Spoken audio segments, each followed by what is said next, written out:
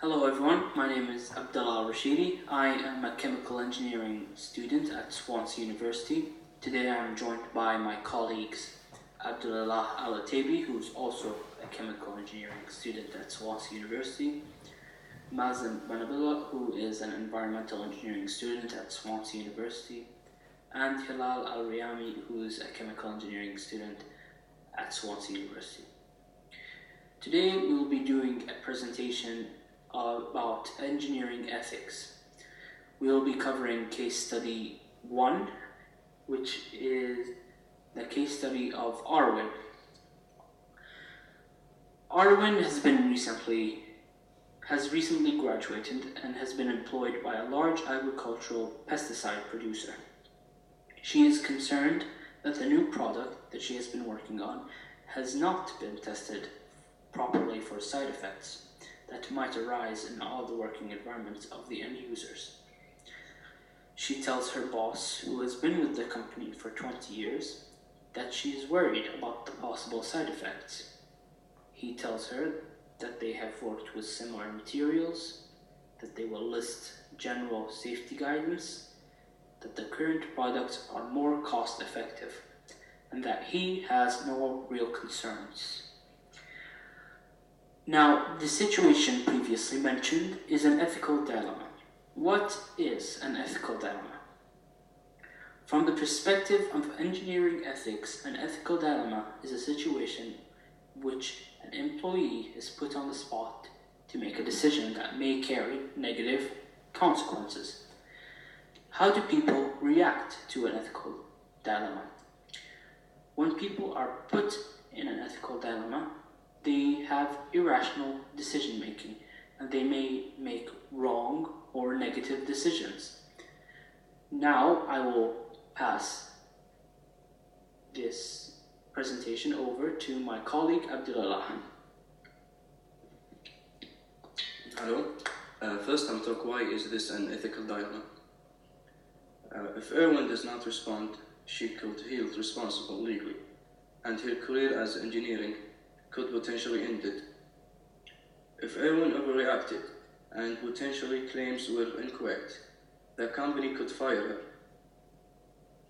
Erwin's and the company reputation are at stake if anything were to go wrong. If side effects were real, then the damage to the local and the environment could be catastrophic. Then we move to the possible approaches that Erwin could do. First is say nothing, because the boss is more experienced and know how to handle and develop the team. Then allow her name to be included in the report regarding the new product, but not her respiration in writing. Then go above her boss's head and speak to the line manager. Finally, notify the client's trade association that the full range of risks have been misrepresented. Now I'm moving to my colleague Mazen Banabila. Thank you, Abdullah. Now with approach number 1. Say nothing. Approach number 1 is not saying nothing because the boss is more experienced and knows how to handle the developed team. The advantages of this approach is not to make any troubles between Erwin and her bosses. And the disadvantages of this approach is that it disregards the first principle of Royal Academy of Engineers, which is the principle of honesty and integrity. It breaks it by not being honest of the potential side effects.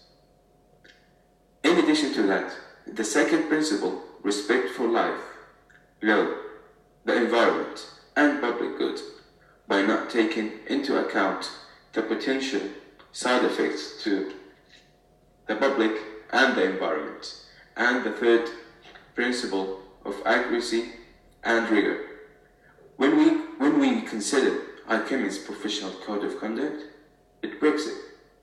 The first and the second code, which are prevent avoidable to health or safety, and preventing avoidable adverse impact on the environment, respectively.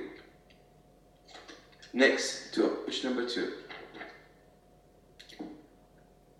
Firstly, the second approach is to not her reservation in the report but allow her name to be included. The advantages are that she clears herself from any legal repercussions. She also does not cause any issues with her employers. However, the disadvantages of this approach is that she breaks the previously mentioned second and third principle of Royal Academy of Engineers of ethical principles. It also disregards the previously mentioned first and second codes of ethics of IChemI's Professional Code of Conduct.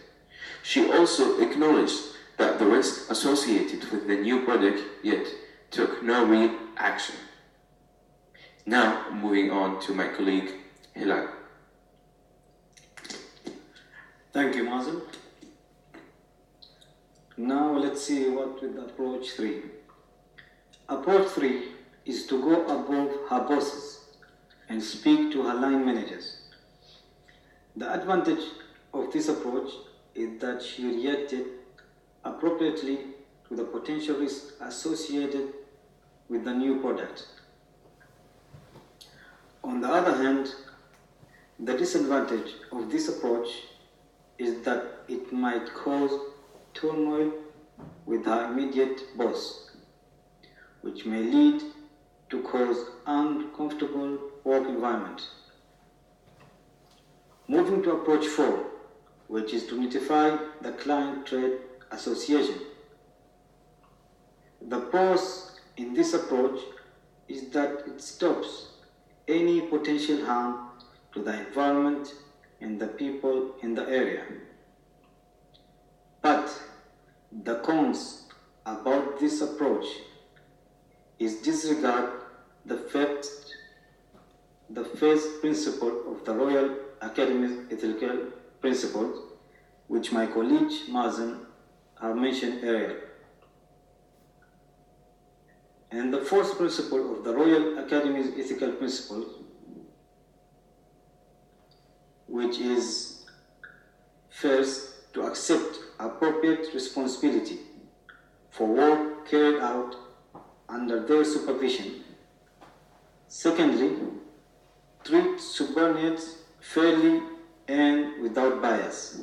Lastly, encourage others to advance their learning and competence.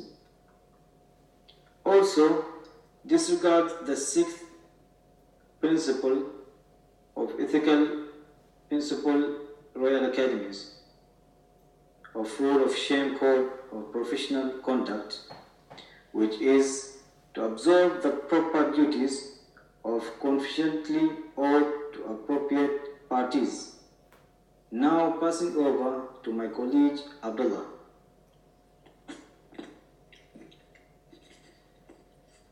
In conclusion,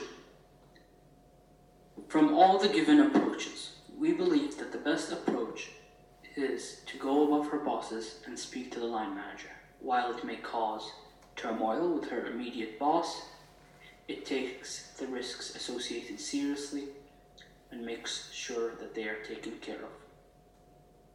We have come up with a 5-point code of ethics that may prevent future problems and make sure that this one is finished.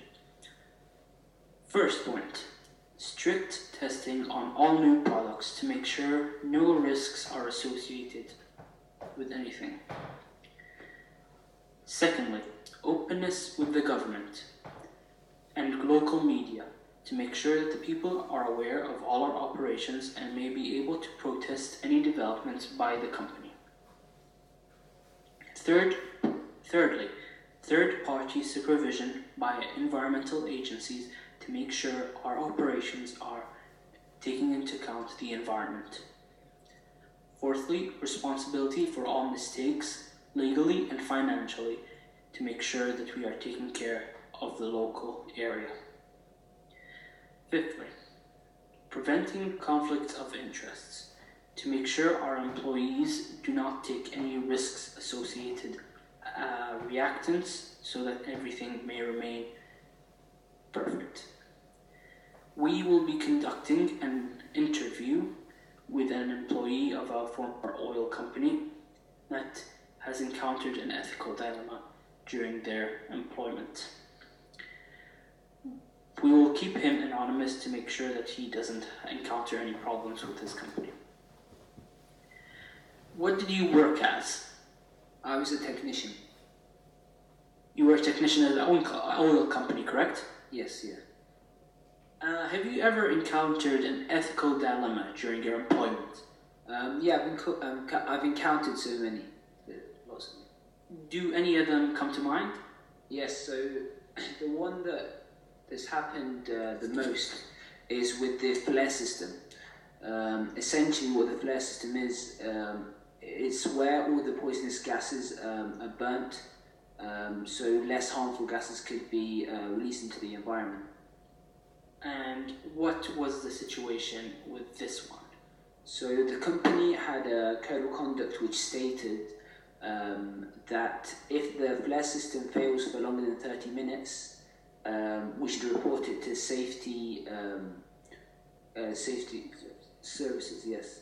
And what would happen a lot is it would fail and we try to resolve it, but it would take longer than 30 minutes, and the managers, my supervisor would always overlook how long it took. He would always just try to resolve it, but he didn't really look at the time scale of the situation.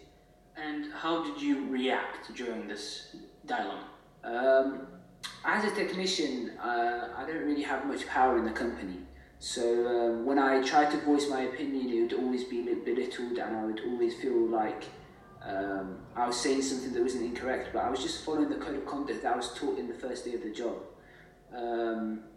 It's a real shame because you don't really know what to do. You obviously don't want to lose your job or cause an argument, but I was really passionate about protecting the environment and the localers, because if the gases are released into the environment for too long, it could have a severe impact.